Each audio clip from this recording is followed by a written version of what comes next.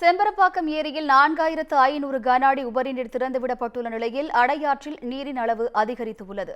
இது தொடர்பாக திருநீர்மலை பகுதியிலிருந்து நமது செய்தியாளர் தாமரைக்கனி வழங்கும் கூடுதல் தகவல்களை தற்போது கேட்கலாம். வணக்கம் தாமரைக்கனி, அங்குள்ள மக்களுக்கு ஏதேனும் வெள்ள அபாய எச்சரிக்கை விடுக்கப்பட்டிருக்கிறதா? கூடுதல் விவரங்கள் என்ன? வணக்கம் வினிதா.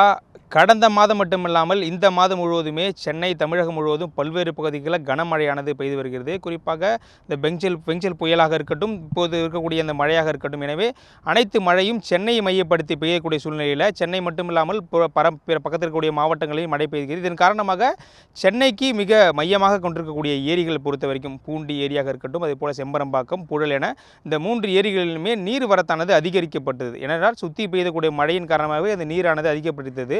எனவே அணையினுடைய நீர் அதிகமானது காரணமாகவே அதை திறக்கக்கூடிய ஒரு சூழ்நிலையானது ஏற்பட்டது. நேற்றைய தினத்தை பொறுத்த வரைக்குமே அந்த பூண்டி ஏரியில் கிட்டத்தட்ட ஒரு 6000 கன அடி நீரானது திறக்க விடப்பட்டிருந்தது. அதன் அடிப்படையில் இன்றைய தினம் செம்பரம்பாக்கம் ஏரியில் இன்று முதற்கட்டமாக 1000 கன அடி நீரானது திறக்கப்பட்டதும் தற்போது 4500 கன அடி நீரானது திறக்கப்பட்டிருக்கிறது. இதன் காரணமாக தற்போது நம்ம நிற்கக்கூடிய இந்த பகுதி செம்பரம்பாக்கம் ஏரியும் ஏற்கனவே இருக்கக்கூடிய அரையாற்று ஆறும் கலந்துக்கக்கூடிய இடம் தான். திருநீர் மலைக்கு பின்புறம் இருக்கக்கூடிய இந்த இடத்துல தான் செம்பரம்பாக்கம் ஏரியில் வரக்கூடிய நீரானது கலந்து இது வழியாக நேரடியாக சென்னை நகரத்திற்கு உள் நேரடியாக அடையாறு ஆற்றில் கலந்து நேரடியாக கடலில் கலக்கக்கூடிய ஒரு நிகழ்வானது இந்த ஆற்றில் தான் தொடங்குகிறது. ஏனென்றால் இங்கு வரக்கூடிய நீர் தான் சென்னை முழுவதும் செல்லக்கூடிய நீராக பார்க்கப்படும். ஏனென்றால் இதற்கு முன்பு, அதாவது இது அடையாறு ஆற்றிற்கும் செம்பரம்பாக்கம் ஏரியில் வரக்கூடிய நீரும் கணக்கு இணையக்கூடிய இடத்தில் ஏற்படக்கூடிய ஒரு பிரச்சனை என்னவென்று பார்க்க போனால், செம்பரம்பாக்கம் ஏரியிலிருந்து வரக்கூடிய நீரினுடைய அளவு அதிகரிக்கும் பட்சத்தில் இப்போ நம்ம பார்த்துருக்கக்கூடிய இந்த ஆற்றிலிருந்து வரக்கூடிய அந்த நீர் தேங்கக்கூடிய ஒரு நிலை ஏற்படும் என இங்கே இருக்கக்கூடிய அதிகாரிகளிடம் கேட்டபோது தெரிய வருகிறது.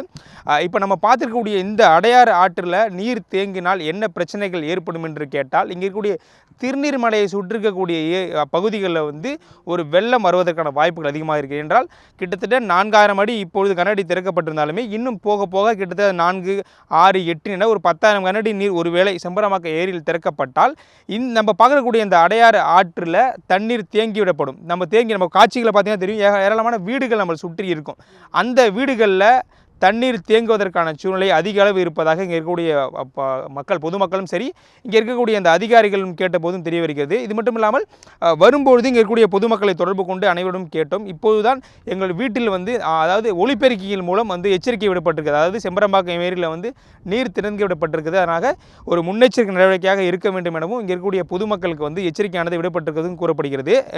குறிப்பாக நம்ம பார்த்துக்கிட்டு இருக்கக்கூடிய இந்த பகுதியில் தான் பார்த்தீங்கன்னா தெரியும், இந்த பகுதியில் தண்ணீரோட அளவு காலை முழுவதுமே இங்கே தண்ணி ரொம்ப கம்மியாக வந்ததாகவும், அதுபோல் கிட்டத்தட்ட ஒரு மணி நேரத்துக்கு முன்பு தான் இந்த பகுதியில் தண்ணீருடைய அளவு அதிகரிக்கிறது. பார்த்தீங்கன்னா தெரியும், அந்த தடுப்பணை பாதி முழுகக்கூடிய அளவிற்கு தற்போது தண்ணீரானது கொண்டிருக்கிறது. எனவே இன்னும் சற்று நேரத்தில், குறிப்பாக இப்போ 4000 அடி கன அடி திறந்திருக்கப்பட்டிருந்தாலுமே சரி, ஒரு 8000 கன அடி திறக்கும்பொழுது அந்த அணை முழுவதற்கான வாய்ப்புகள் அதிகமாக இருப்பதாக கூறப்படுகிறது. ஏனென்றால் கடந்த 2 ஆண்டுகளுக்கு முன்பு பெய்த கனமழையின் போது செம்பரம்பாக்கம் ஏரியில் திறக்கப்பட்ட நீரின் காரணமாக திருநீர்மலை பகுதியில் இருக்கக்கூடிய கிராமங்கள் வெள்ளப்பெருக்கு ஏற்பட்டிருப்பதாகவும் கூறப்படுகிறது. எனவே இங்கே இருக்கக்கூடிய மக்களுக்கு முழுமையான எச்சரிக்கை விடப்பட்டிருந்தாலுமே சரி, தண்ணீருடைய அளவை சரியான அளவில் அவர்கள் பிரித்து விடும் பட்சத்தில் இந்த பகுதியில் ஏற்படும் வெள்ளத்தை அவர்கள் முற்றிலும் தவிர்க்கலாம். என்றால் இதனுடைய அளவும், அதாவது அடையாறு ஆற்றில் செல்லக்கூடிய அந்த தண்ணீரோட அளவும் செம்பரம்பாக்கத்து நீரிலிருந்து திறக்கப்படக்கூடிய அளவும் சரியான சமத்தில் சென்றால் மட்டுமே இங்கே ஏற்படக்கூடிய வெள்ளப்பெருக்கை தடுக்கலாம் என்று இங்கே இருக்கக்கூடியவர்கள் கூறுகிறார்கள். வினிதா,